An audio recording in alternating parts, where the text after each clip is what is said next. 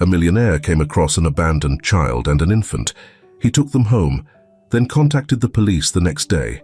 The city lights twinkled like distant stars, a glowing web stretching beneath Michael Grant as he stood by the floor-to-ceiling windows of his luxurious penthouse office. At 53, Michael had reached heights most only dream of: unmatched wealth, power, and a sprawling estate just beyond the city limits. Yet, as he gazed out at the urban sprawl below, the same hollow feeling that had lingered for years weighed heavy on him. His entire existence revolved around his business empire. But deep down, he knew something was missing, something he couldn't quite name. The usual comforting silence of his office felt suffocating tonight. He turned away from the window, letting his eyes wander across the room, a space that had seen countless deals and decisions that had shaped his empire. The rich wood paneling and leather furniture spoke of legacy and influence, but to Michael, they were just stark reminders of the cost of his so-called success. As he walked toward his desk, his eyes landed on a face-down photo frame. With a pause, he reached for it and flipped it over, revealing the smiling faces of a younger Michael and his former business partner, Daniel Whitmore. A wave of regret swept over him as memories of their painful fallout surged back. "You'll regret this." Dominic's parting words echoed in his head, a haunting reminder of the day Michael had ruthlessly forced him out of their company. It was a turning point in Michael's career, where he chose ambition over loyalty, profits over friendship. He set the frame back down, this time leaving it face up, a reminder he no longer wanted to hide. The guilt he had buried for years resurfaced, no matter how much he focused on building his empire. The weight of his past choices never truly faded. With a heavy sigh, Michael moved to the minibar in the corner of his office. The amber liquid poured into the glass, promising a fleeting escape from his thoughts. As he raised the tumbler to his lips, his phone buzzed on his desk. Frowning, he walked over to check it. A message from his security team alerted him to a disturbance near one of his properties downtown. On any other night, Michael would have handed this off to his staff, but tonight, driven by a restlessness he couldn't explain, he decided to handle it himself. As he slipped into his coat and headed for the elevator, he couldn't shake the feeling that his life was about to change. The city stretched out before him, a maze of light and shadow, hiding secrets he had yet to uncover. Little did Michael know, this night would mark the beginning of a journey that would challenge everything he had built and everything he thought he knew about himself. Michael Grant, the man who prided himself on always being in control, was about to have his world turned upside down. The sleek, black car cut smoothly through the city streets, its quiet hum a stark contrast to the chaos in Michael's mind. The streetlights flickered in rhythmic patterns across the car's interior, casting a hypnotic glow that lulled him into a trance. The night was cold, the kind of chill that seeped into your bones even from the comfort of his luxury car. As Michael neared the site of the reported disturbance, he found himself in a part of the city he rarely ventured to. The glitz of his world had no presence here. The streets were darker, the buildings worn with time. Slowing the car, he scanned the sidewalks, searching for signs of the issue his security team had flagged. Then, suddenly, the headlights revealed something that made Michael slam on the brakes. Under the dim flicker of a street lamp, he saw a small figure crouched on the sidewalk. It was a child, barely visible in the weak light. Beside the child, wrapped in a tattered blanket, was a baby. Michael froze, his hands gripping the steering wheel tightly. This was far from the scenario he expected, and for a moment, he wasn't sure how to respond. The child, no older than 6, looked up as the car's headlights washed over him. There was something in the boy's expression, an unsettling mix of fear and hope, that pierced through the emotional defenses Michael had built over the years. After a moment's hesitation, he turned off the engine and stepped out into the biting cold. He approached cautiously, not wanting to startle the children. "Hey there," Michael said, his voice softer than he had intended. "Are you okay? Where are your parents?" The boy stared at him in silence, his large, wary eyes betraying both fear and distrust. His hold on the baby tightened protectively as the infant stirred, but remained asleep. Crouching to the child's level, Michael spoke again. "My name is Michael. What's yours?" After a long pause, the boy whispered, "Harry." "Harry," Michael repeated with a gentle smile. "And who's this?" He nodded towards the baby. "Andy," Harry replied quietly. "He's my brother." Michael nodded, though his mind raced. He knew the right thing to do was to call the authorities, but something about Harry's guarded expression, the way he cradled Andy with such care, made Michael hesitate. "It's not safe out here for you and Andy. How about you come with me? I can take you somewhere warm," Michael offered. Harry's eyes widened in suspicion. "You won't separate us?" The question hit Michael hard, a stark reminder of how vulnerable these children were. "No," he said firmly. "I promise you'll stay together." After what felt like an eternity, Harry nodded. Michael helped him to his feet, noticing how thin the boy was, shivering against the cold night air. He wrapped his coat around both Harry and Andy as they climbed into his car. As the heat filled the car's interior, Michael found himself at a loss for words. He should have been calling child services, not taking 2 abandoned kids home.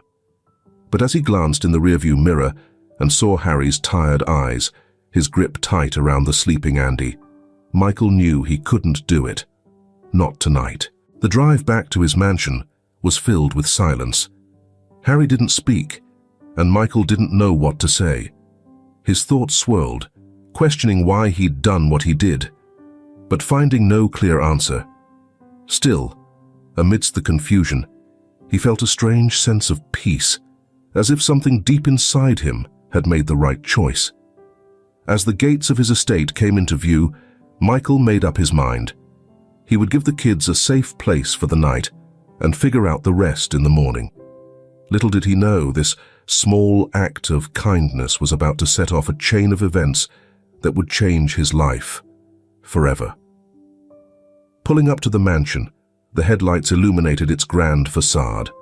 He looked back at Harry and Andy, both fast asleep, and felt an unfamiliar tug in his chest. For the first time in years, Michael Grant, the man known for making cold, calculated decisions, found himself acting purely on emotion. The feeling was both exhilarating and terrifying. The mansion, usually a quiet sanctuary of order, now felt charged with an unfamiliar energy. Standing in the doorway of the guest room, Michael watched as Jane Harper, his longtime housekeeper, fussed over Harry and Andy. Freshly bathed and dressed in oversized t-shirts, the children looked completely out of place in the lavish surroundings. "Mr. Thornton," Mrs. Harper whispered as she approached, her brow furrowed with concern. "Are you sure about this? Shouldn't we notify the authorities?" Michael's jaw tightened. He had been asking himself the same question all night. "Not yet, Jane," he said quietly. "Let's give them one night of peace. We'll figure out the rest tomorrow." Mrs. Harper nodded and left the room, leaving Michael alone with the children. He sat on the edge of the bed, his eyes darting around the room, unsure of what to say or do next. Andy, blissfully unaware of the tension, gurgled happily in a makeshift crib. "You're safe here," Michael said, awkwardly trying to use a comforting tone. "Get some sleep." Harry nodded, but didn't take his eyes off Michael as he backed out of the room.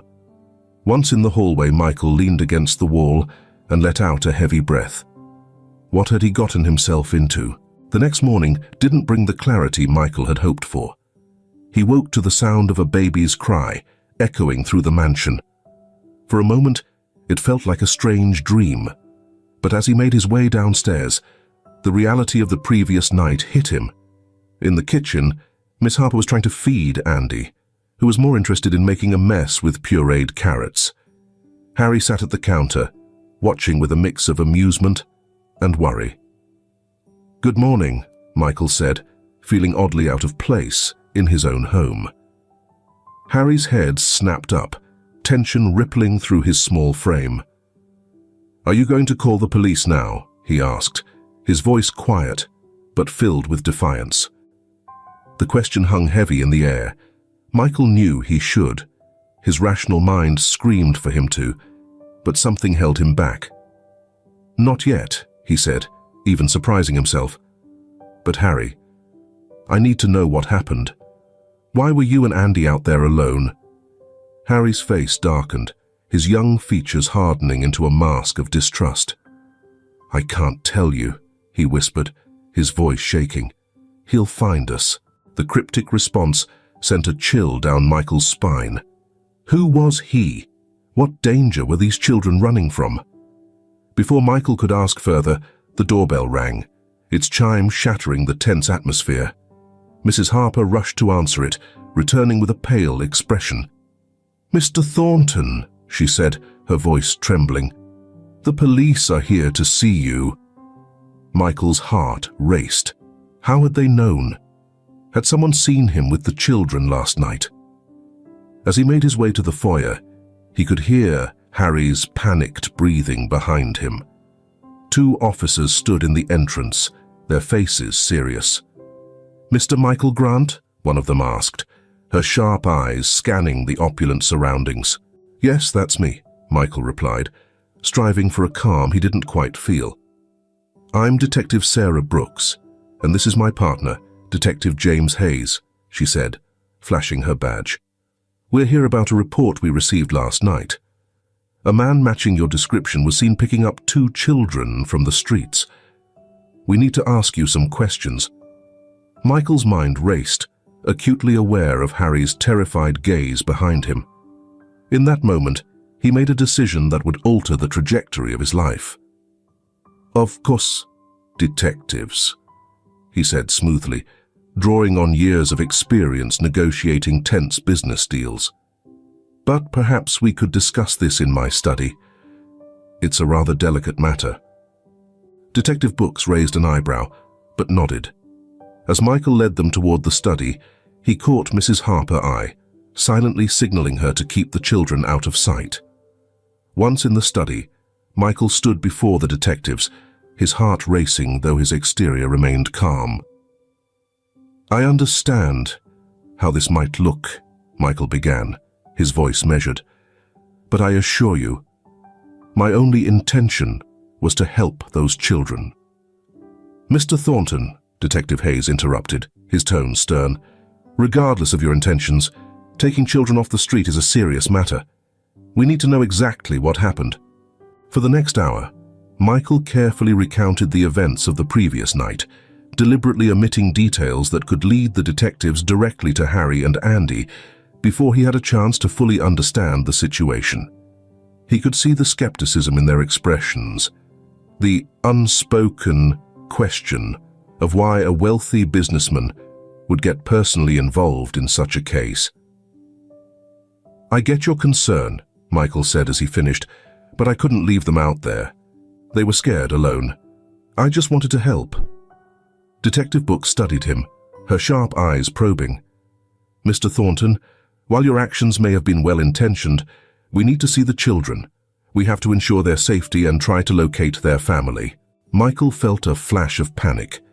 He wasn't ready to give Harry and Andy over to anyone, not when there was clearly more to their story. But he also knew he couldn't block a police investigation. "Of course," he said, his mind racing for a solution. "But they've been through a lot. Perhaps it would be best to have a child psychologist present when you talk to them, just to ensure their well-being." Detective Hayes frowned. "That's not standard procedure." Brooks cut him off. "Actually, given the circumstances, that's not a bad idea. We'll arrange for a specialist to come tomorrow. In the meantime, Mr. Thornton," she continued, "the children will remain in your care, but understand, you're now part of an ongoing investigation." As the detectives left, Michael felt a mix of relief and apprehension. He'd bought some time, but the real challenges were just beginning. Turning back towards the kitchen, he saw Harry peeking around the corner, his wide eyes filled with both fear and a glimmer of hope. In that moment, Michael realized that he had unintentionally taken on the role of protector for these children. Their fates were now entwined, and no matter how difficult the road ahead, he couldn't turn back. The following morning dawned with a heavy sense of foreboding. Michael had spent the night tossing and turning, his mind consumed by the implications of his actions and the looming arrival of the detectives and child psychologist. As he entered the kitchen, he found Harry already awake, sitting quietly at the counter, his eyes never leaving Michael. "Good morning, Harry," Michael said, trying to sound reassuring. "Did you sleep okay?" Harry shrugged, his small frame tense. "Is today when they take us away?" The question, spoken so matter-of-factly, made Michael's heart tighten. "No one is taking you away," he promised, though he wasn't sure how he would keep that vow. "Some people are coming to talk to you, but I'll be right here the whole time." As if on cue, the doorbell rang. Mrs. Harper, who had been quietly preparing breakfast, went to answer it. She returned with the detectives and a woman Michael assumed was the child psychologist. "Mr. Thornton," Detective Books greeted him. "This is Dr. Lisa Walker, a specialist in child psychology. She'll be assisting us today." Dr. Walker, a kind-looking woman in her 40s, smiled warmly at Harry. "Hello there. You must be Harry. I'm Dr. Walker, but you can call me Lisa if you'd like." Harry remained silent, his eyes darting nervously between Michael and the newcomers. Andy, sensing the tension, began to fuss in his high chair. "Why don't we move to the living room?" Michael suggested, hoping to ease the situation. It might be more comfortable for everyone. Once settled in the living room, with Harry perched nervously on the sofa beside Michael and Andy resting quietly in Michael's arms, the questioning began. Dr. Walker's gentle demeanor eventually coaxed a few responses from Harry. "Can you tell me how you and Andy ended up on the street?" she asked softly. Harry twisted his fingers in his shirt, his voice barely a whisper. "We had to run away." "Run away from where?" Detective Books interjected, her pen poised. Harry's eyes widened, and he pressed closer to Michael, who instinctively put an arm around him. "It's okay," Michael murmured. "You're safe here." Dr. Walker shot Detective Books a warning glance before turning back to Harry. "You've been very brave, Harry. You've protected your little brother. Can you tell us who you were running from?" Harry shook his head vigorously, tears brimming in his eyes. "I can't," he choked out. "He'll find us. He always finds us." The room fell into a heavy silence. Michael felt a chill run through him. Who was he? What kind of danger were these children in? Detective Hayes cleared his throat. "Harry, we want to help you and Andy, but to do that, we need to know more. Can you tell us your last name?" Harry looked up at Michael, his eyes pleading. Michael nodded encouragingly, though his heart pounded in his chest. "Blackwood," Harry whispered. "Our last name is Blackwood." The name hit Michael like a sledgehammer. Blackwood. It couldn't be a coincidence. His mind raced back to the photo on his desk, the smiling face of Daniel Whitmore, his former friend and business partner. But Daniel had never mentioned having children. Detective Books's sharp intake of breath told Michael she recognized the name too. "Harry," she asked carefully, "is your father's name Daniel Whitmore?" Harry's reaction was immediate. His small body shook as he let out a terrified whimper and buried his face in Michael's side. Andy, sensing his brother's fear, began to wail. "I think that's enough for now," Michael said firmly, pulling both children close. "They're clearly upset." Dr. Walker nodded. "We've made good progress today. Harry, you've been very brave. We'll stop here. But we may need to talk again soon, okay? As the detectives and Dr. Walker prepared to leave, Detective Brooks pulled Michael aside. "Mr. Thornton, a word in private." In the study, away from Harry's ears, Detective Brooks fixed Michael with an intense stare. "You know that name, don't you? Daniel Whitmore." Michael hesitated, choosing his words carefully. "We were business partners years ago, but I had no idea he had children. Our association ended badly." "How badly?" Hayes asked, his eyes narrowing. Michael sighed, running a hand through his hair. "I pushed him out of the company. It wasn't my finest moment, but that was over a decade ago. I haven't heard from him since." The detectives exchanged a look. "Mr. Thornton," Brooks said slowly, "Daniel Whitmore has been on our radar for some time. After your business fallout, he went underground. There have been rumors of involvement in some illegal activities, but nothing concrete," Detective Brooks said, her eyes narrowing slightly. "And now, his children turn up on the street, and you, of all people, are the one to find them." The implication lingered between them, thick with suspicion. Michael felt a flash of indignation rise in his chest. "Are you suggesting I had something to do with this? I told you, I had no idea they were Dominic's children." "We're not suggesting anything," Hayes replied, though his tone suggested quite the opposite. "But you have to admit, it's a remarkable coincidence." Michael's mind raced. Could Daniel be behind this? Was it some kind of twisted revenge scheme? But why involve his own children? It didn't make sense. None of it did. He felt the familiar sensation of control slipping away, something he had never liked. "What happens now?"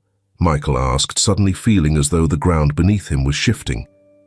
"For now, the children stay here," Brooks said, her voice matter-of-fact.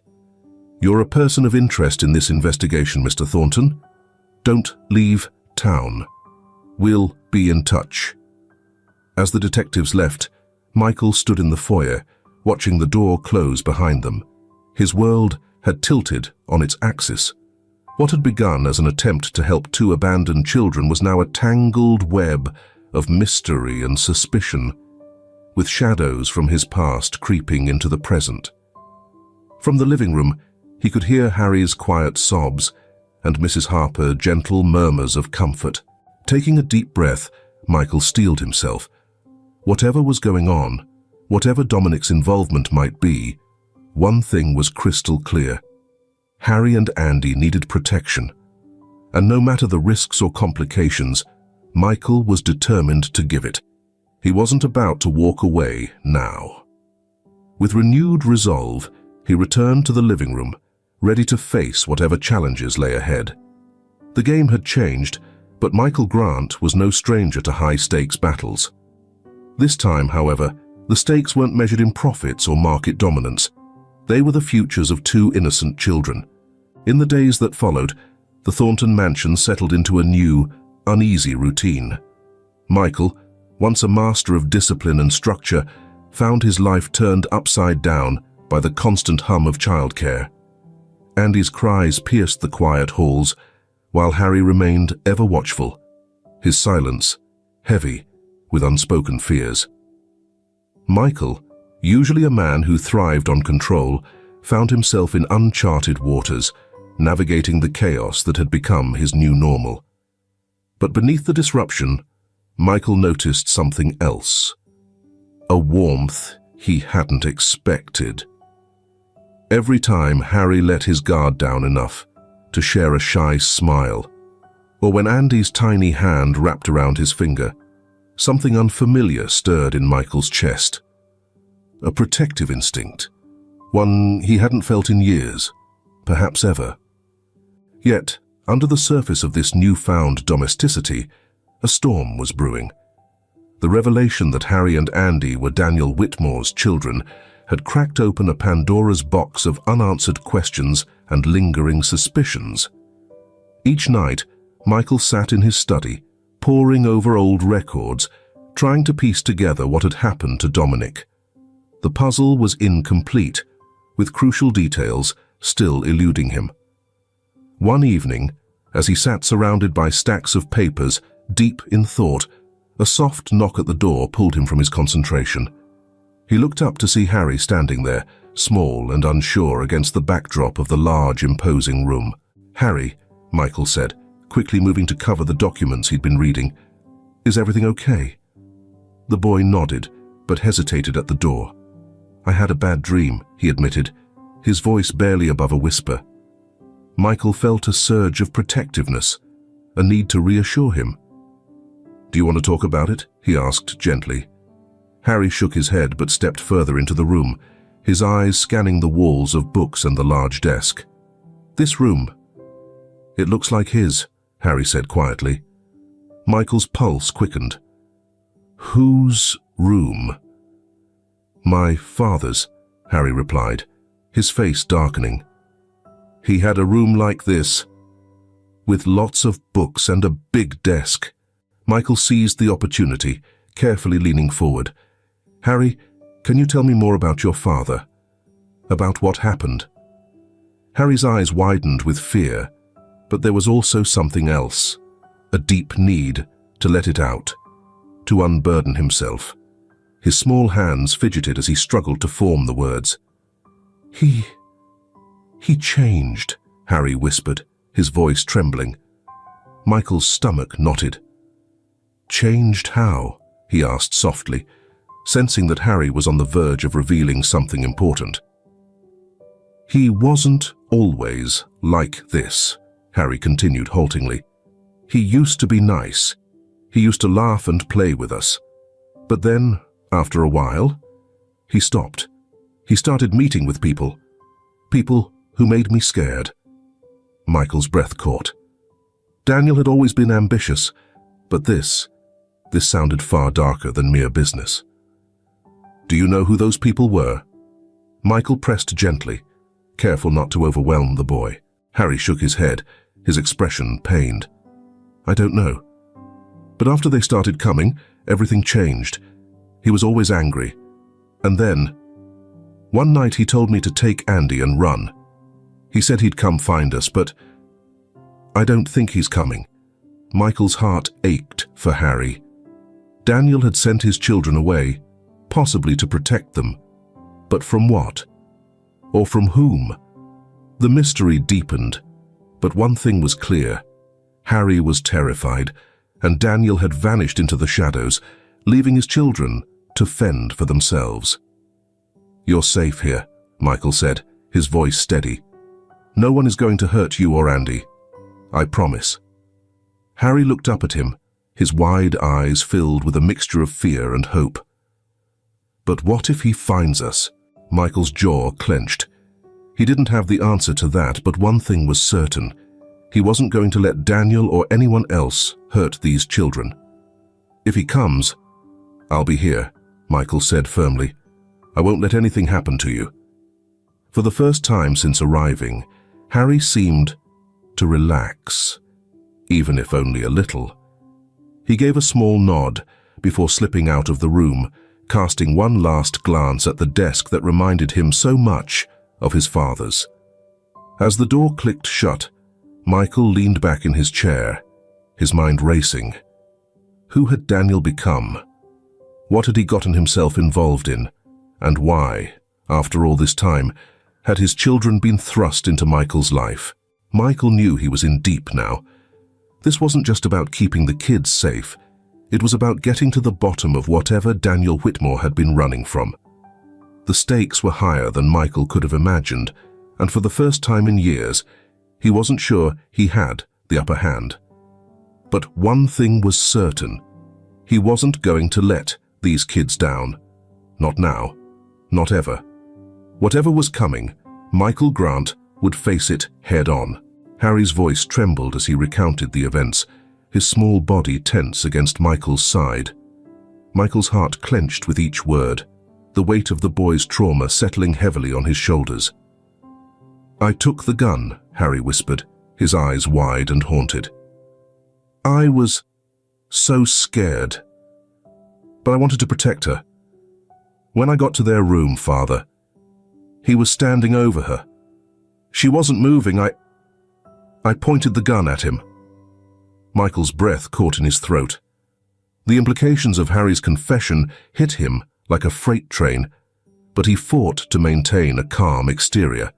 The boy was clearly on the edge, and Michael knew that reacting too strongly could make things worse. "And then what happened, Harry?" Michael asked, his voice gentle but firm, encouraging the boy to continue at his own pace. Harry's eyes filled with tears, his voice barely a whisper. He turned and saw me. He didn't look scared. He just smiled. And then he said something I don't understand. Michael's pulse quickened. "What did he say, Harry?" Harry swallowed hard, blinking away the tears that threatened to spill over. He said, "You're just like me." The boy's voice cracked as he recalled the words, and he clutched at Michael's shirt, seeking comfort. "I didn't understand. I still don't." Michael's mind raced. Daniel Whitmore had been involved in something far darker than he had realized. What kind of man would say that to his own son after everything? But Michael pushed those thoughts aside for now. Harry needed him to stay present, to be a steady anchor in the storm of his emotions. "You're not like him, Harry," Michael said firmly, his hand resting reassuringly on the boy's shoulder. "You're nothing like him." Harry looked up at him, his eyes searching Michael's face for some kind of reassurance, something to hold on to. "But I had the gun. I wanted to hurt him." Michael shook his head gently. "Wanting to protect someone you love doesn't make you like him. You did what you thought you had to do to protect your mum. That's not the same thing as hurting someone out of cruelty." Harry remained quiet for a long time, his gaze drifting to the horizon as the sun began to dip below the trees. "I didn't shoot him," he whispered. "I couldn't. I dropped the gun and ran. I grabbed Andy, and we left." Michael exhaled a breath he hadn't realized he was holding. The knot in his chest loosened slightly, but the gravity of Harry's situation was still overwhelming. What had happened in that house, and what role had Daniel truly played in all of this? Michael had too many unanswered questions, but one thing was clear. Harry had been through more than any child should ever have to endure. "You did the right thing, Harry," Michael said quietly. "You got Andy, and you ran. You protected your brother." Harry's voice was barely audible as he responded. "But I couldn't protect her." Michael's heart ached for the boy. He knew the guilt Harry carried was too heavy for someone so young, but it was a burden he had taken on, whether it was deserved or not. "None of this is your fault," Michael said softly. "You did everything you could." Harry didn't respond, but he leaned into Michael's side, seeking the comfort and safety he so desperately needed. Michael wrapped an arm around the boy, pulling him close, his mind swirling with the implications of what Harry had shared. Whatever had happened that night, it was clear that Daniel Whitmore had been involved in something far more sinister than Michael had ever suspected. And now, those shadows were closing in on them. As they sat in silence, Michael knew that the game had just changed. The stakes were even higher now, and the danger was more real than ever. Daniel was still out there, somewhere, and Michael had no doubt that he wouldn't stop until he got what he wanted. But as he looked down at Harry, still curled up against him, and thought of Andy asleep inside the house, Michael felt a surge of determination. Whatever it took, he would protect these children. Daniel might have been a powerful man once, but Michael was no stranger to high-stakes battles. This time, though, the stakes were far more personal. Later that night, as Michael sat alone in his study, his mind replayed Harry's words over and over. He knew he needed to tell Sarah, to loop her in on what Harry had revealed. But as he picked up his phone to call her, a part of him hesitated. How much of this was the investigation, and how much of it was becoming deeply personal. A soft knock at the door interrupted his thoughts, and he looked up to see Sarah standing in the doorway, her expression serious. "We need to talk," she said, stepping into the room. Michael nodded, gesturing for her to sit down. "I know," he said quietly. "I've just learned something about Dominic. Something that changes everything." Sarah's brow furrowed in concern. "What is it?" Taking a deep breath, Michael recounted what Harry had told him, every detail of that fateful night. As he spoke, Sarah's face grew more serious, her eyes darkening with the weight of the revelation. When he finished, the room fell into a heavy silence. "We need to act on this," Sarah said, her voice steady but laced with urgency. "If Daniel is capable of that, if he was hurting his wife, his family, this changes everything." Michael nodded in agreement, the gravity of the situation settling in. "What do we do next?" Sarah met his gaze, her eyes filled with determination. "We find him. We get to him, before he can hurt anyone else." Michael's heart pounded in his chest, the weight of what was to come pressing down on him. The game was far from over, and now, more than ever, he knew that everything was at stake. But one thing was certain: Daniel Whitmore had underestimated him. And this time, Michael Graham wasn't going to back down. "Let's end this," Michael said, his voice steady with resolve. Sarah nodded, her eyes locking with his. Together. Michael's mind raced as he tried to process everything. Harry had shot his father, Daniel Whitmore might be dead. And now they were entangled in a web of corruption that reached far beyond anything Michael had imagined. The safe house, which had been their sanctuary, suddenly felt fragile. Its walls no match for the dark forces closing in on them. Judge Harper, a man Michael had once respected, sat before him, a broken figure who had become part of the very corruption he was confessing. Sarah, ever the composed detective, leaned forward, her sharp gaze locked on the judge as he laid out the tangled mess of deception and power plays that had brought them to this moment. "They want control of your company, Michael," Judge Harper said, his voice hollow. "Your resources, your influence. They believe it will give them the leverage they need. Daniel Whitmore's associates saw an opportunity the moment Harry shot his father. They've been using the children as pawns to manipulate you." Michael clenched his fists, anger bubbling up inside him. "So they've been pulling the strings all along. And Blackwood, is he dead or not?" The judge hesitated. "We don't know for certain. If Whitmore is dead, they've done a damn good job of hiding it. His associates have kept the threat of him alive, using it to control the narrative. But now, with this revelation, we have a chance to expose everything. The corruption, the manipulation. If we play this right, we can bring them all down." Sarah's eyes narrowed as she considered the judge's words. "And why should we trust you? You've been part of this from the beginning. What's to stop you from turning on us again?" Judge Harper met Sarah's gaze with a look of deep regret. "Because I've hit my breaking point. I won't let them use these children any longer. I won't be part of this anymore. You have my word. I'll help you, even if it costs me everything." Michael stood, pacing the room, his mind swirling with the weight of it all. Harry and Andy had been used as leverage against him, and now they were caught in the middle of a battle between forces far more powerful and dangerous than he had anticipated. His anger turned to a steely resolve. He wouldn't let these children be pawns any longer. "We need to move quickly," Michael said, his voice firm. "If we're going to take them down, we need to be strategic. This isn't just about protecting Harry and Andy anymore. It's about dismantling this entire network." Sarah nodded, already thinking ahead. "We'll need to gather as much evidence as possible, get into the records of your company, see who's been pulling the strings behind the scenes. We can use Judge Harper testimony, but we need hard proof." "I'll cooperate fully," Judge Harper agreed. I can give you names, documents, whatever you need." Michael paused, then turned to Sarah, concern etched on his face. "What about Harry? He's been through too much already. This revelation about what happened with his father, it changes everything.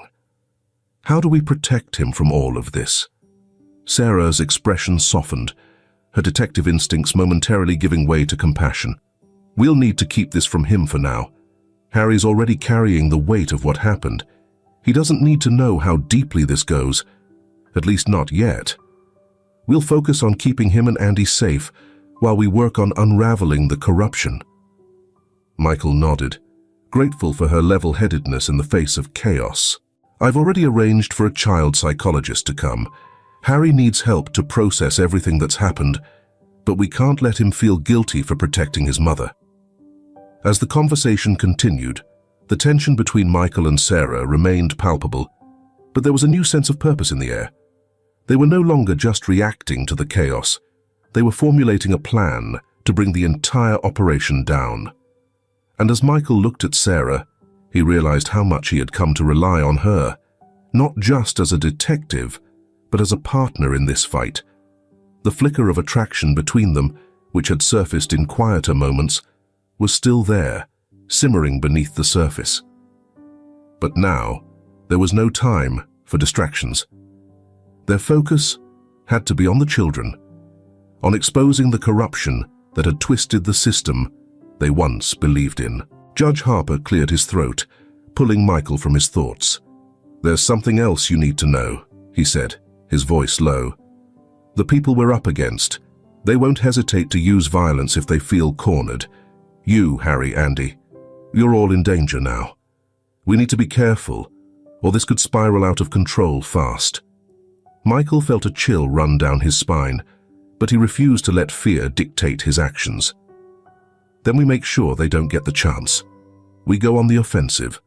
I'll use every resource I have to bring them down." Sarah stood, determination hardening her expression. "We'll start by digging into Blackwood's associates. If we can identify who's behind the cover-up, we can bring them down, piece by piece." As they solidified their plan, Michael realized that everything he had built, his empire, his power, was now secondary to one goal: protecting Harry and Andy and ensuring they were never used again. He had spent his life fighting for control, but now he was fighting for something far more important. That night, after everyone had gone to bed, Michael sat alone in the living room, the weight of the situation pressing down on him. His mind drifted to Harry and Andy, asleep upstairs, unaware of the storm that was about to break around them. He had been many things in his life: ruthless, ambitious, calculating. But as he thought about the two children who had come into his care, he realized that this fight wasn't about power or wealth. It was about family, about doing what was right, no matter the cost. And Michael Grant was prepared to risk everything to protect the family he had unexpectedly found. Michael sat on the edge of Harry's bed, looking down at the boy's wide, anxious eyes. He could see the fear that had taken root in Harry since their arrival at the safe house, and it weighed heavily on him. The innocent trust in those eyes tore at Michael's heart, and he knew he had to be honest, but careful. "The bad men won't get to you or Andy," Michael said softly, brushing a stray hair from Harry's forehead. "I promise you that. Sarah, Judge Harper and I, we're doing everything we can to keep you safe." Harry looked up at him, his small hands clutching the blanket tightly. "But what if they find us? What if they hurt you?" Michael felt a lump rise in his throat. He hadn't expected to feel this deeply protective over the two children, but they had become his world. The thought of anything happening to them, or even to himself, leaving them without protection, was unbearable. He took a deep breath, calming the storm of emotions. "I won't let anything happen to any of us," he said firmly. "I'll fight for you and Andy, no matter what. We're a team now, and teams protect each other." Harry's lip quivered, but he nodded, taking some comfort in Michael's words. Michael leaned down, pressing a gentle kiss to the boy's forehead. "Now try to get some sleep. You need your strength for when this is all over, and we can do something fun. Maybe a trip to the beach, Harry's eyes lit up slightly at the mention of the beach, a faint smile playing on his lips. "I've never been to the beach," he whispered. Michael's chest tightened with a mix of sadness and determination. "Then we'll go. I'll make sure of it."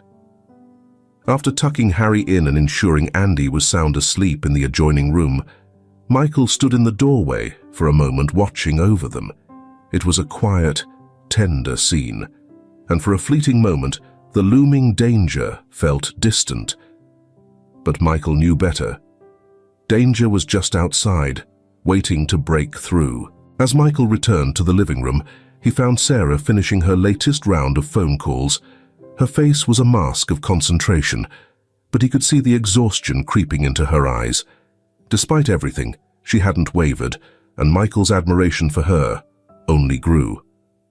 "How's Harry?" she asked, her voice softening as she met his gaze. "He's scared," Michael admitted, rubbing the back of his neck. "They both are, and I don't blame them." Sarah sighed, leaning back against the table. "It's hard for them to understand what's going on. All they know is that they're in danger. But we'll keep them safe, Michael." "We will," Michael nodded, his expression grim. "It's just hard seeing them like this. I've never had anyone to protect before, not like this. And now I don't know. It's like they've become my entire world." Sarah's eyes softened at his confession. "You're doing an incredible job with them. They trust you. And that's what matters most." There was a brief pause, a moment of shared understanding between them. The bond they had formed was undeniable, even as they tried to focus solely on the case. Michael felt it every time their eyes met. This was more than just a professional partnership. Sarah cleared her throat, trying to shake off the tension that lingered between them. "Judge Harper is working on getting the final pieces of evidence we need. If we play this right, we'll have them trapped." Michael glanced out the window, his thoughts returning to the looming threat. "And what happens when they realize they've been played? They won't back down without a fight." Sarah stepped closer, her eyes determined. "Then we fight back. We've come too far to let them win now." Michael admired her resolve, but there was something deeper pulling at him. The vulnerability she tried so hard to hide beneath her tough exterior, the compassion that seeped through in the quiet moments with the kids. She wasn't just a detective fighting for justice. She was someone who cared deeply, someone who believed in doing what was right, no matter the cost. "Sarah," Michael said quietly, "I want you to know something." She turned to him, her brow furrowing slightly. "What is it?" Michael hesitated, choosing his words carefully. "No matter what happens, I'm grateful for everything you've done, for the kids, for me. I couldn't have done this without you." Sarah's expression softened, and for a moment, the weight of their situation lifted as she smiled at him. "We're in this together, Michael." Before either of them could say anything more, a knock at the door shattered the stillness of the room. Both of them froze, their eyes immediately locking. Sarah's hand instinctively moved to her gun. "I'll check it out," she whispered, moving silently toward the door. Michael's heart raced as he followed a few steps behind, every muscle in his body tensed for whatever was coming. As Sarah peered through the peephole, she let out a breath of relief and glanced back at him. "It's Judge Harper." Michael exhaled, but the sense of unease still lingered as Sarah opened the door to let the judge in. Judge Harper stepped inside, his face drawn and tired. There was a tension in his features that immediately set Michael on edge. "What's going on?" Michael asked. "I've just received word," the judge began, his voice low. We've pinpointed where Dominic's associates are planning their next move. It's happening soon, within the next 48 hours. They're going after everything. Your company, your assets, and... He hesitated, his gaze flickering toward the children's bedroom door. They're coming for the kids. Michael's blood ran cold. What do you mean? The children are leverage, Judge Harper explained. They've been planning to use them as bargaining chips, a way to force you into giving them what they want. And now that they know you're fighting back, they won't hesitate. Michael's hands clenched into fists. The thought of Harry and Andy being taken, used as pawns, it was unthinkable. What do we do? Sarah asked, her voice hard with determination. We set the trap, Judge Harper said. We lure them in with the board meeting, but we need to be ready. When they make their move, we strike. Michael nodded, his mind already racing with the logistics. He had been preparing for this, but the reality of it, the danger, the stakes, was far more intense than he had imagined. He glanced at Sarah, who met his gaze with the same fire and resolve he felt burning in his chest. Whatever came next, they would face it together. As Judge Harper outlined the plan, Michael's thoughts drifted back to Harry and Andy. He would do anything to protect them. And now, more than ever, he was prepared to fight with everything he had to ensure they were safe. The game had changed once again, and Michael was ready for the battle that lay ahead. Harry's quiet, solemn nod had carried more weight than Michael could have anticipated. I trust you, the boy had whispered, those 3 simple words embedding themselves deep within Michael's heart. The enormity of the trust Harry had placed in him both terrified and empowered him, giving him a sense of purpose that was entirely new. Leaning down, Michael pressed a soft kiss to the boy's forehead, a gesture that felt instinctive, something he hadn't realized he was capable of until this very moment. Get some sleep, buddy, Michael whispered. Everything's going to be okay. As Michael quietly shut the bedroom door behind him, he found Sarah waiting in the hallway, her eyes reflecting a deep understanding of the responsibility he now carried. You're good with them, she said softly.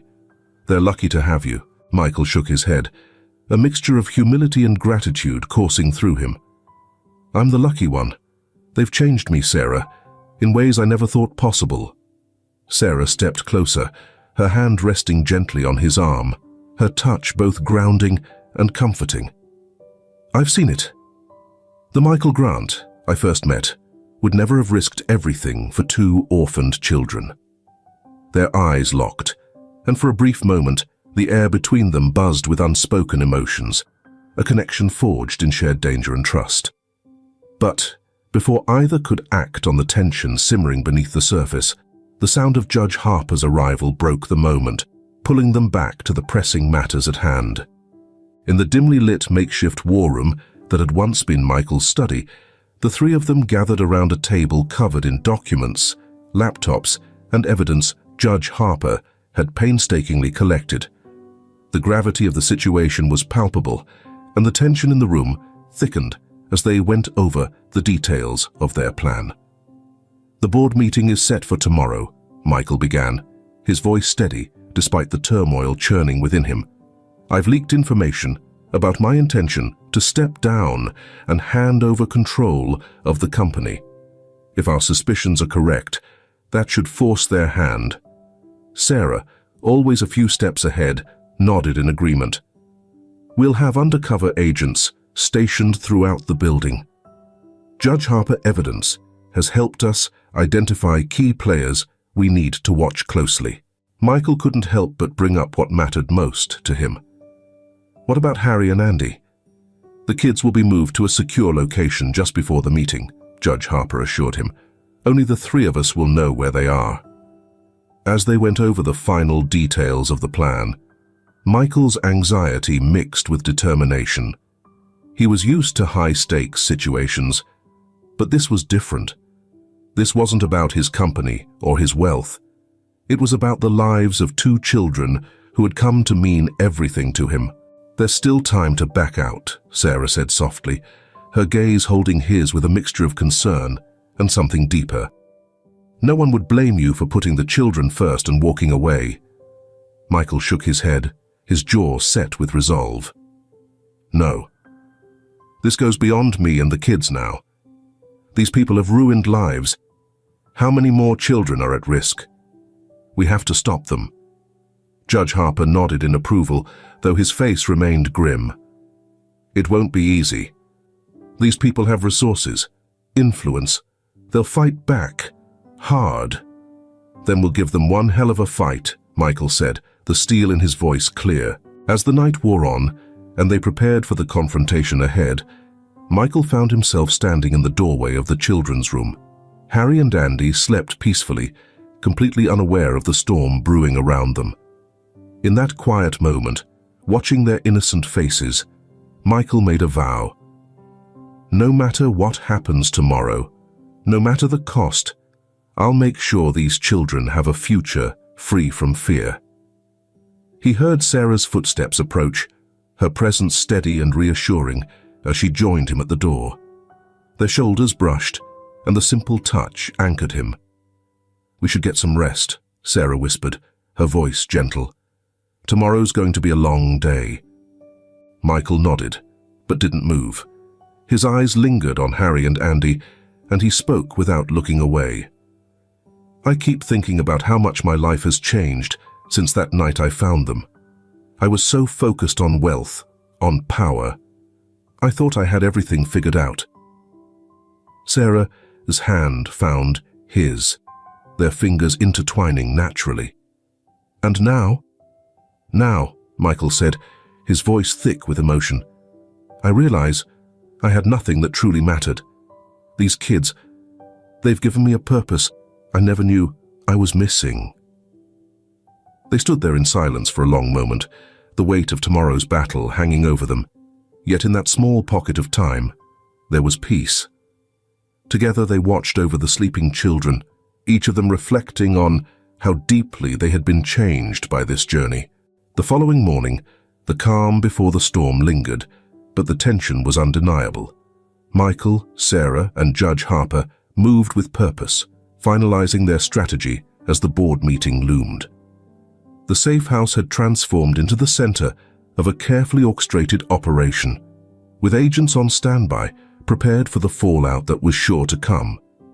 Harry and Andy were kept busy, their innocent laughter echoing through the halls, a stark contrast to the dangerous reality outside. Michael found himself constantly reassuring them, his heart aching as he tried to hide the fear in his eyes. Harry's question from the night before echoed in his mind. Are the bad men coming? Michael had given the boy his promise, and he intended to keep it, no matter what. As the day wore on, the moment of truth arrived. Michael stood in front of the mirror, straightening his suit jacket, feeling the weight of the plan they had set into motion. He wasn't the same man who had once thrived on the cold calculations of business deals. He was fighting for something far more precious now, the future of two children who had unknowingly become the heart of his world. Sarah appeared in the doorway, her own expression a mixture of steely determination and quiet strength. It's time. Michael nodded, his resolve solidifying. Let's finish this. With one final glance at the children, who were being escorted to their secure location, Michael stepped out of the safe house, ready to face the battle ahead. The game had changed. It wasn't about profit, power, or control anymore. This was about justice, about family, and about protecting the ones who mattered most. As Michael and Sarah walked side by side into the unknown, they knew they weren't just fighting for survival. They were fighting for a future where Harry and Andy could grow up safe, loved, and free from the shadows of corruption. Whatever happened next, they would face it together. As they finally turned to leave the room, Michael cast one last glance at the children. We're going to give them the future they deserve, he said, his words serving as much as a promise to himself As to Sarah, she gave his hand a reassuring squeeze. "We will. Together." That night, as Michael lay awake in bed, his mind didn't focus on the risks ahead or the intricacies of their plan. Instead, he found himself imagining a future he had never considered before, one with Harry and Andy, and with Sarah by his side. A future where the walls he'd built around his heart had fallen, replaced by the warmth of a real family. With that comforting thought, Michael finally drifted off to sleep, ready to face whatever challenges the new day would bring. The man who once lived for wealth and power no longer existed. In his place was someone ready to risk it all for love, justice, and the future of 2 children who had become his entire world. The morning of the board meeting arrived under a grey, overcast sky, as if the weather itself understood the gravity of what lay ahead. Michael stood in front of the mirror, adjusting his tie with slightly trembling hands. The face staring back at him no longer belonged to the confident, cutthroat businessman he once was. Instead, his eyes were filled with determination, but also fear, and a deep love for the 2 children who had changed his life forever. A soft knock on the door interrupted his thoughts. Sarah entered, her usual police uniform swapped for a smart business suit that would allow her to blend in at the company's headquarters. "It's time," she said quietly. "The security team is ready to move Harry and Andy." Michael nodded, his throat tight. "I need to say goodbye first." In the children's room, Harry was already awake, his young face serious as he watched Michael walk in. Andy, too little to understand, babbled cheerfully in his crib. Michael crouched down to Harry's level. "Hey, buddy," he said gently. "Remember what we talked about? You and Andy are going on a little trip with some really nice people today. I'll see you soon, okay?" Harry's lower lip quivered. "Promise?" That one word nearly shattered Michael's resolve. He pulled Harry into a tight hug, blinking back the tears that threatened to fall. "I promise, Harry. I'll always come back for you and Andy. Always." As Michael stood to leave, Harry's small hand slipped into his. "Be careful," the boy whispered. "I love you, Michael." The words struck Michael like a physical blow. He knelt down again, looking into Harry's eyes. "I love you too, Harry. You and Andy, more than anything in the world." With a final hug and a soft kiss on Andy's forehead, Michael left the room, his heart heavy, but his determination stronger than ever. The drive to Thornton Enterprises headquarters was tense, the air inside the car thick with anticipation. Michael's mind raced through every potential outcome, every possible way their plan could go wrong. Sitting beside him, Sarah reached for his hand, offering a silent gesture of support that meant more than words could convey. As the car rolled to a stop in front of the towering glass and steel structure, Michael took a deep breath, his nerves coiling tightly inside him. "Ready?" he asked, turning to Sarah, who stood poised with quiet determination. She gave a sharp nod, her eyes hard with resolve. "Let's take these bastards down." Inside the bustling lobby, executives and board members moved hurriedly toward the conference room, oblivious to the storm brewing beneath the surface. Michael maneuvered through the crowd with practiced ease, offering nods and handshakes to familiar faces, all while acutely aware of the undercover agents strategically placed around the building. In the elevator, as they ascended to the top floor, a sudden wave of doubt crept over him. What if something goes wrong? What if they had miscalculated? Sensing his unease, Sarah gave his hand a reassuring squeeze. "We've got this," she whispered, her voice firm but calm. "Remember what we're fighting for." The thought of Harry and Andy flashed before Michael's eyes, bringing with it a renewed sense of focus. He knew exactly what he was fighting for. The boardroom fell silent as Michael entered, all eyes turning toward him with a mix of curiosity and suspicion. He felt the weight of their stares, the tension in the air, thick as he took his place at the head of the long table. Clearing his throat, he began, "Ladies and gentlemen, thank you for attending on such short notice." A ripple of whispers passed through the room. "I've called this meeting to discuss the future leadership of Thornton Enterprises," Michael continued, his gaze scanning the room for signs of the hidden corruption. "For years, I've focused on profits and growth, but recent events have led me to reevaluate those priorities." Out of the corner of his eye, Michael saw Sarah, posing as his assistant, give him a subtle nod, the signal that the trap was in place. "I've decided to step down as CEO," he announced, "and relinquish control of the company." The room erupted in a mix of gasps and murmurs. Michael raised a hand, signaling for silence. "Before I do, there are some troubling issues that need to be addressed." He launched into his carefully crafted speech, outlining vague but alarming discrepancies in the company's recent dealings. As he spoke, he scrutinized the faces of the board members. Most appeared confused or concerned, but a few, those they had already identified as working with Blackwood's criminal network, began to shift uncomfortably in their seats. Suddenly, the door burst open and James Hargrove, one of the senior VPs, stormed in, his face flushed with anger. "This is outrageous, Thornton," he barked. "You can't just come in here making wild accusations." Michael met his outburst with a cold smile. "I haven't accused anyone of anything yet, James, but your reaction is telling." Hargrove's eyes darted nervously around the room, like an animal caught in a trap. "You have no idea what you're getting yourself into. You're playing with fire." Michael's expression hardened. "Oh, I know exactly what I'm dealing with. Corruption, blackmail, and using innocent children as leverage in your twisted games." The room went deathly silent. Hargrove's face turned pale, then twisted with rage. In a flash, he pulled a gun from his jacket and aimed it directly at Michael. "You could have just walked away," he snarled. "Now you've forced our hand." Chaos erupted as board members ducked for cover. Sarah moved with lightning speed, drawing her weapon and shouting, "Drop it!"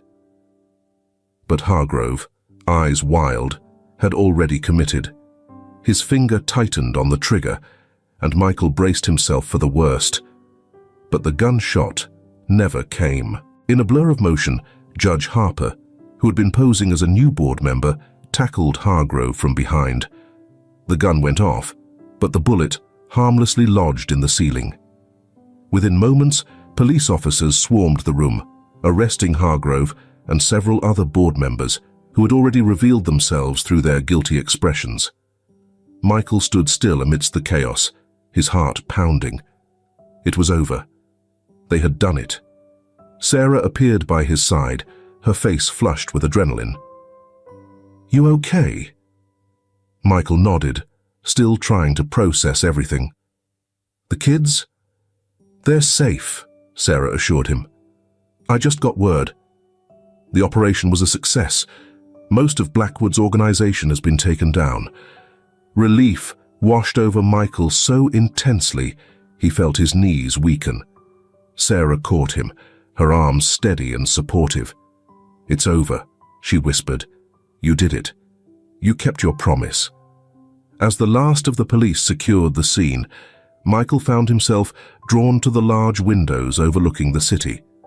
The clouds that had darkened the sky all morning were beginning to part, rays of sunlight breaking through. He felt Sarah's presence beside him, her warmth grounding him in the aftermath. "What happens now?" he asked quietly, his voice thick with emotion. Sarah's hand slipped into his, their fingers intertwining. "Now, we go get your kids." The word "your" sent a surge of warmth through Michael. Yes, they were his kids now, in every way that mattered. As they left the building, dodging reporters and curious onlookers, Michael felt a weight lift from his shoulders. The danger had passed, the corruption exposed. Now he could finally focus on what truly mattered, building a life with Harry and Andy. In the car, on the way to the safe house where the children waited, Michael turned to Sarah, his voice soft. "I couldn't have done this without you. You've been everything." Her eyes met his, filled with warmth and something deeper. "We did this together, Michael. And if you'll have me, I'd like to be there for whatever comes next." Michael's heart soared. He leaned in, finally allowing himself to do what he'd been wanting to for weeks. Their lips met in a tender, passionate kiss, a promise for the future. As they pulled apart, Michael felt a sense of peace settle over him. The road ahead wouldn't be easy. There would be legal battles, media frenzy, and the challenge of helping Harry and Andy heal from their trauma. But for the first time in his life, Michael felt prepared for the fight. Because now, he wasn't facing it alone. He had a family, 2 children who had stolen his heart, and a woman who had stood by him through the darkest times. As the car rolled up to the safe house, Michael spotted 2 small figures waiting on the porch. Harry and Andy, safe and sound, their faces lighting up the moment they saw him. "Ready?" Sarah asked, squeezing his hand. Michael nodded, his heart full. "Ready." Together, they stepped out of the car and into their new life, leaving behind the shadows of the past and embracing the bright future that lay ahead. The legal process to adopt Harry and Andy wasn't easy, especially given the extraordinary circumstances surrounding their case. Michael spent countless hours in meetings with lawyers, child services representatives, and court officials, doing everything in his power to ensure that Harry and Andy would have a permanent, stable home with him. One sunny afternoon, as Michael sat in his home office reviewing adoption paperwork, a soft knock on the door interrupted him. Standing in the doorway was Harry, the light from the hallway casting a small silhouette. "Hey, buddy," Michael greeted warmly, pushing the documents aside. "Everything okay?" Harry nodded quietly and climbed onto Michael's lap, something that had become more common and never failed to warm Michael's heart. "Are we really going to stay with you forever?" Harry asked, his voice small but filled with hope. Michael pulled him close. "That's the plan, kiddo, if that's what you want." For a moment, Harry was silent, his small fingers tracing the pattern on Michael's tie. "What about our real dad? Is he really gone?" Though Michael had expected the question, it still caught him slightly off guard. He and Sarah had agreed to be as honest as they could with Harry, while keeping his age in mind. "Yes, Harry," Michael said gently, "your biological father is gone. But you know, family isn't just about who you're born to. It's about who loves you, who takes care of you. And I love you and Andy more than anything." Harry's arms wrapped tightly around Michael's neck. "I love you too, Dad." The word, Dad, so simple yet so profound, brought tears to Michael's eyes. He hugged Harry tighter, marveling at how much this little boy had changed his entire life. As the adoption moved forward, Michael put everything into creating a home filled with love for the boys. The cold, empty mansion that had once been a symbol of his success was now a warm, vibrant family home. Colorful artwork adorned the walls, and the sound of children's laughter echoed through the halls. Sarah was always there, a constant source of love and strength for all of them. She had taken a leave of absence from the police force to process everything they'd uncovered and to figure out her next steps. One evening, while they sat together on the porch watching Harry and Andy play in the yard, Sarah turned to Michael with a serious expression. "I've been thinking," she began, her hand sliding into his. "About us. About the future. Michael, these past months have made me realize what really matters. And what matters to me is this: you, the boys, and the family we're building." Michael's heart raced as he sensed the gravity of her words. "What are you saying, Sarah?" Taking a deep breath, she replied, "I'm saying I want to be a part of this forever, if you'll have me, not just as your partner, but as a mother to Harry and Andy." A wave of joy surged through Michael. He pulled her close, kissing her with all the love and gratitude he felt. When they parted, Sarah smiled and asked, "Is that a yes?" Michael grinned. "That's a definite yes." Just then, Harry's voice called from the yard, "Dad, Sarah, come play with us." Hand in hand, Michael and Sarah joined the boys on the lawn, their laughter mingling with the golden light of the setting sun. As Michael watched his family, Harry's bright smile, Andy's joyful giggling, and Sarah's loving gaze, he felt a completeness he had never known before. The journey ahead wouldn't be without its challenges. There were still wounds to heal and trust to rebuild. But standing there, Michael knew that together they could face anything. The man who had once been a hardened businessman had found his true wealth, not in money or power, but in the love of two small boys and the woman who had stood by his side through it all. 1 year later, the Thornton mansion was alive with activity. Colorful balloons and streamers lined the grand staircase, and the scent of freshly baked cake filled the air. It was Harry's birthday, his first as an official Thornton.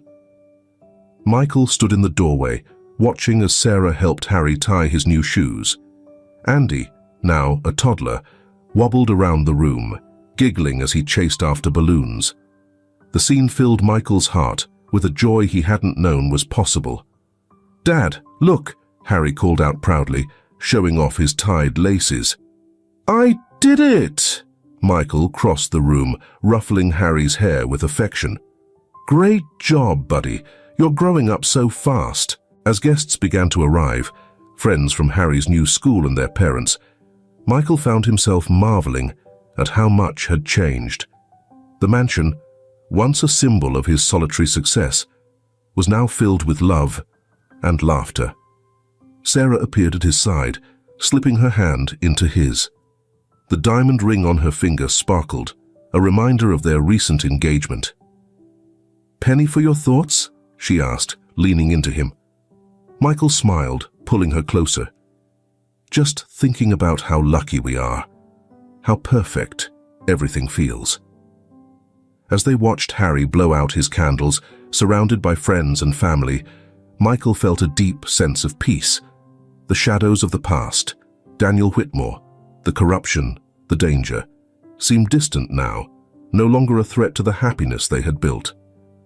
Michael Grant, once defined by wealth and power, now measured his success by the love of his family. Joining in the chorus of "Happy Birthday," Michael knew without a doubt that this life, this family, was his greatest achievement, and he wouldn't have it any other way. In our pursuit of success, it's easy to build walls around our hearts, thinking that wealth and power will protect us. But true strength lies not in isolation or control. It's found in the vulnerability of love and the courage to open ourselves to others. Life often presents us with unexpected gifts, often disguised as challenges. Sometimes it takes the innocence of a child to teach us what truly matters. Money can buy many things, but it can't buy the trust of a child, the joy of shared laughter, or the fulfillment that comes from making a difference in someone's life. Remember, it's never too late to change your story. Even the hardest heart can be softened by love, and the most ambitious person can become the most devoted parent. Your past doesn't define you. Your choices do. Choose love. Choose family. Choose to be the person someone else needs you to be. In the end, our legacy isn't measured by wealth or power. It's measured by the lives we touch, the love we give, and the positive impact we leave on the world. So when you look back on your life, ask yourself, what will be your true measure of success?